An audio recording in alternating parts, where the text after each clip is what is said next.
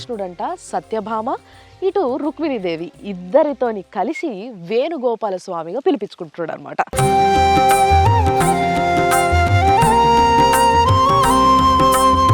ఓవు ఆకారంలో ఉంటుంది కాబట్టి ఈ గుట్టని గోవర్ధనగిరి అని కూడా పిలుచుకుంటారంటే ఇక్కడ జనాలు.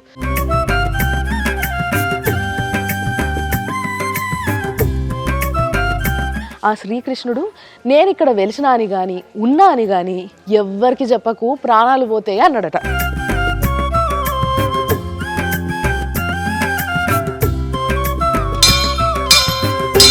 శ్రీకృష్ణుడు ఇట్లా కన్నుల విందుగా నిండు కనబడుతుండు. ఇక ఈ కొండపైన వెలిసిన శ్రీకృష్ణుడి పైన ఆదిశేషుడి రూపం కూడా ఎంత స్పష్టంగా కనబడుతుంది చూసిరా.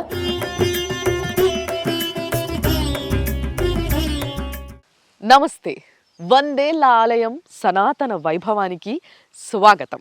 Sponsored by Sharma gold company. తాకట్టులో ఉన్న బంగారాన్ని విడిపించి ఆ రోజు ఆన్లైన్ రేటుకే మేము కొంటాం. Sharma gold company. ఈరోజు సుమన్ టీవీ వచ్చేసింది నల్గొండ జిల్లాల నర్కెట్పల్లి నుంచి ఒక 2 కిలోమీటర్ల దూరంలో ఉన్న గోపులాయపల్లి అనే ఒక ఊరికి. వారిజాల వేణుగోపాల స్వామి కొలువై ఉన్నాడు. ఎస్, ఆ స్వామిని చూసేటందుకు, దర్శనం చేసుకునేటందుకు, ఆ గుడి వైభవం ఏంది, అసలు ఎన్ని వందల ఏళ్ళ చరిత్ర ఇది అనేది మీకు చెప్పేటందుకే వచ్చిన. అయితే ఇక్కడ శ్రీకృష్ణుడంట సత్యభామ, ఇటు రుక్మిణీదేవి ఇద్దరితోని కలిసి వేణుగోపాల స్వామిగా పిలిపించుకుంటున్నాడు అనమాట. ఈ గుట్ట ఏదైతే మేము ఎక్కొచ్చినామో ఇది మీదికెళ్ళి చూస్తే, అంటే ఏరియల్ వ్యూ అంటారు కదా, అట్లా మీదికెళ్ళి చూస్తే గోవు ఆకారంలో ఉంటుంది కాబట్టి ఈ గుట్టని గోవర్ధనగిరి అని కూడా పిలుచుకుంటారంటే ఇక్కడ జనాలు. కాబట్టి మరి ఆ శ్రీకృష్ణుడు వేణుగోపాల స్వామిగా ఎన్నెన్ని వరాలు ఇస్తాడో చూద్దాం పాండ్రి.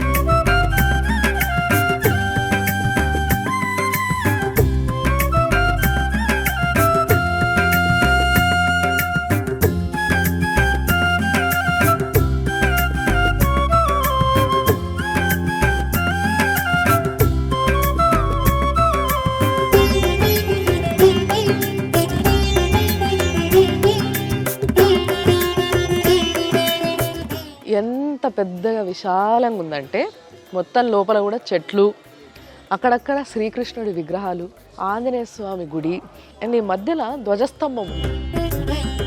ఈ గుట్ట మీద అన్ని పారిజాత చెట్లు ఉండేనంట. ఆ పారిజాత చెట్ల కింద ఒక పుట్టు ఉండేనంట. ఆ పుట్ట కింద, అంటే ఆ పుట్ట లోపల శ్రీకృష్ణుడు బాలుడి రూపంలో కొలువై ఉన్నాడు అని చాలామంది చెప్పేటోళ్ళట, కానీ ఎవరు చూడలేదట. ఒక గొల్లైన మంచి ఆవుల్ని అవన్నిటిని తీసుకొచ్చి మేపుతా ఉన్నాడట. అట్లా మేపే సమయంలో ఒక ఆవు వచ్చి ఆ పుట్ట లోపల ఉన్న బాలుడికి ప్రతిరోజు పాలిచ్చి పోతా ఉందంట. అరే ఇదేంది రోజు పాలిస్తుంది అని చెప్పేసి చూసిండంట. చూసి ఒకరోజు కోపం వచ్చి పాలన్నీ ఈడేడనో పోసేస్తుంది అని చెప్పి గట్టిగా కట్ట తీసుకొని కొట్టిండట. కొట్టేసరికి ఆ శ్రీకృష్ణుడికి, అదే బాలుడి రూపంలో ఉన్న శ్రీకృష్ణుడికి తలకి దెబ్బ తాకి రక్తం ప్రవాహమై పారిందంట. ఇక అరే నా వల్ల ఇంత అపచారం జరిగిపోయింది అని చెప్పి రియలైజ్ అయ్యి క్షమాపణ చెప్పుకున్నాడట. క్షమాపణ చెప్పుకోగానే బాలుడి రూపంలో ఉన్న శ్రీకృష్ణుడు ఆయన నిజ రూపాన్ని, దర్శనాన్ని చేయించిండట. అమ్మో శ్రీకృష్ణుడు వెలిసిండిడా అందరికీ చెప్పేయాలనుకున్నాడంట. కానీ అంతలోపే ఆ శ్రీకృష్ణుడు నేను ఇక్కడ వెలిసినా అని కానీ ఉన్నా అని కానీ ఎవ్వరికి చెప్పకు ప్రాణాలు పోతాయి అన్నాడట. సరేలే నా ప్రాణం ఒక్కడిది పోతే పోయింది, కానీ మొత్తం ఊరోళ్ళందరూ మాత్రము శ్రీకృష్ణుడి దర్శనం చేసుకుంటారు కదా, ఎంతో పుణ్యం కదా నాకు అనుకొని వెంటనే ఊరికి పోయి అందరికీ ముచ్చట చెప్పేసిండట. ఇక అట్లా ఈడ శ్రీకృష్ణుడు వేణుగోపాల స్వామిగా రుక్మిణి సత్యభామ సమేతంగా ఈడ వెలిసిండంట. ఎంతో మందికి అప్పటి నుంచి ఎన్ని కోరుకుంటే అన్ని కోరికలు తీరుస్తున్నాడట.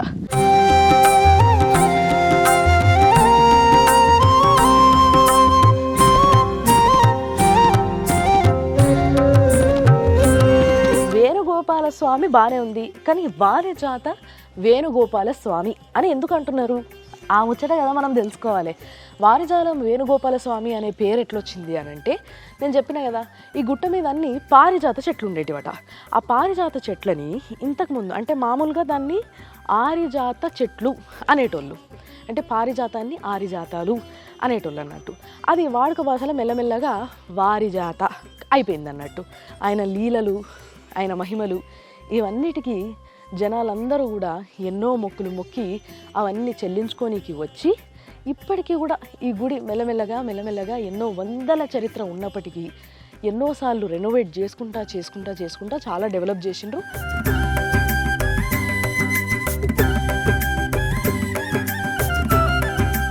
అయితే ఈ గుళ్ళ ఇంకొక స్పెషాలిటీ ఉందబ్బా. ఏంటిది అని అంటే మస్తు జాగ ఉన్నది కదా, ఈ జాగల ఈ పక్కన పెరడుంది. ఈ పెరడులా మస్తు చెట్లు వేసారు అన్నట్టు. మందార పూలు అయితే ఎన్ని రంగులో, ఆరెంజ్, రెడ్, వైట్, ఇట్లా అన్ని రంగులు కనబడుతున్నాయి.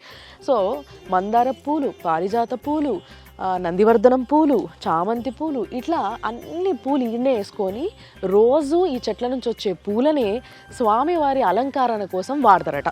ఒకవేళ స్పెషల్గా ఏదన్నా పండగలు లేకపోతే ఏవైనా పూజలు, హోమాలు ఇలాంటివి ఏమన్నా స్పెషల్ అకేషన్స్ ఉంటే మాత్రం బయటికి వెళ్ళి పూలు తెచ్చుకుంటారట. మొదలు ఏ గుడికి వచ్చినా మనం ధ్వజస్తంభానికే కదా మొక్కేది.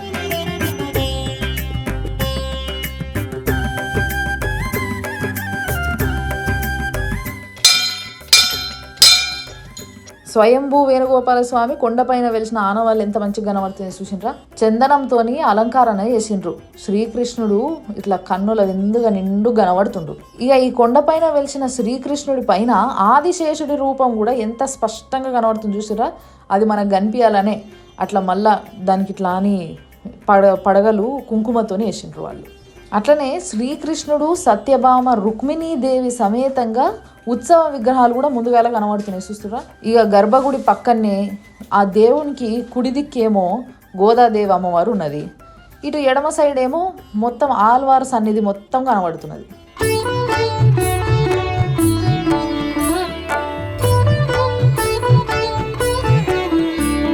దర్శనం తర్వాత చాలా బాగుంది. లోపల ఏదైతే స్వయంభూ వేణుగోపాల స్వామి ఉన్నాడో ఆ విగ్రహం, అంటే విగ్రహం కాదు, కొండ మీద వెలిసిండు అట్లే ఉందన్నమాట. ఆ నక్ష ఉందో దానికే కొంచెం చందనం పూస్తున్నారు.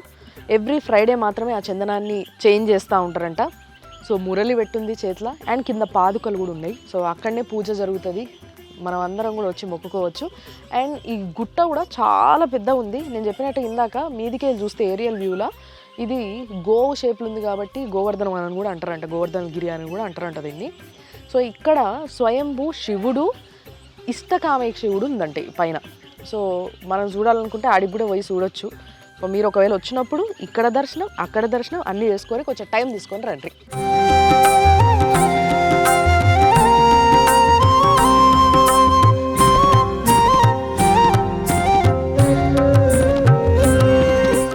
వేణుగోపాల స్వామి గుళ్ళకి వెళ్ళి బయటికి రాగానే ఇమీడియట్గా రైట్ సైడ్లో ఆంజనేయ స్వామి ఉంది. అంటే మనం ఎక్కడ పోయినా కూడా ఆంజనేయ స్వామి ఎట్లయినా కామన్గా కనిపిస్తాడు కదా అని అనుకుంటాం, కానీ యాక్చువల్లీ ఇక్కడ ఆంజనేయ స్వామి కూడా స్వయంభూనేనట.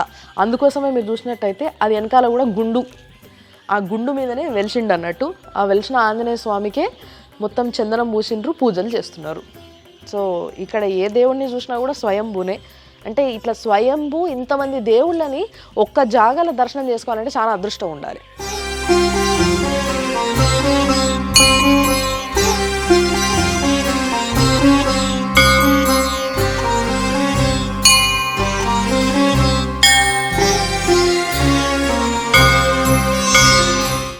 చూసిరు కదా వేణుగోపాల స్వామి ముచ్చట్లు. అయితే ఈ వేణుగోపాల స్వామికి మీరు రావాలనుకుంటే స్పెషల్ డేస్ ఏంది అని అంటే, నెలలో ఒకసారి పౌర్ణమి వస్తుంది కదా. సో పౌర్ణమి రోజు వస్తే స్వామివారి కళ్యాణం జరుగుతుందంట పొద్దున్న 10 గంటలకి. సో ఆ టైంకి రావచ్చు, మీరు కూడా చేయించుకోవచ్చు, కళ్యాణంలో కూర్చోవచ్చు దంపతులు వస్తే. And at the same time ఒకవేళ నెలల ఎప్పుడైతే రోహిణి నక్షత్రం వస్తుందో చూసుకొని ఆ రోజు వచ్చినట్టయితే ఇక్కడ సుదర్శన హోమం కూడా చేస్తారట. కాబట్టి దాంట్లో కూడా పైసలు కట్టి కూర్చొని చేయించుకోవచ్చు. ఇలాంటి పూజలు ఇక్కడ ఉన్నాయి. అండ్ రథం కనిపిస్తుంది కదా వెనకాల. సో రథ సేవ ఇది కూడా ఒక స్పెషల్ డే, ఏదైనా ఉత్సవాలు జరిగినప్పుడు ఆ రథాన్ని కూడా తీస్తారు, స్వామివారిని ఊరేగిస్తారు. సో అలాంటి సమయంలో కూడా మీరు పాల్గొనవచ్చు. మొత్తం మీద వేణుగోపాల స్వామి గుడి ఎట్లయితే ఉందో మొత్తం అంతా కూడా మీకు చూపించినాము. మీరు రావాలనుకుంటే డెఫినెట్లీ దగ్గరలోనే ఉంది హైదరాబాద్కి, మహా అయితే 2 గంటలు, హ్యాపీగా రండి.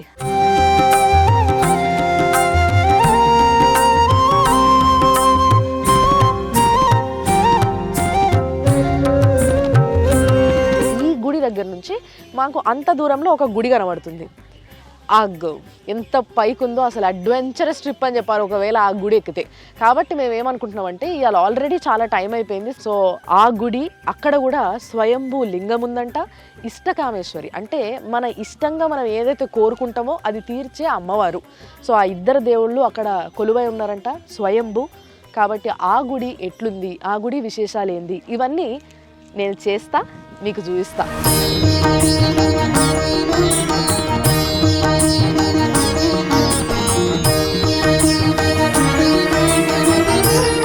అప్పటి వరకు మీరు చూస్తూనే ఉండండి సుమన్ టీవీలా.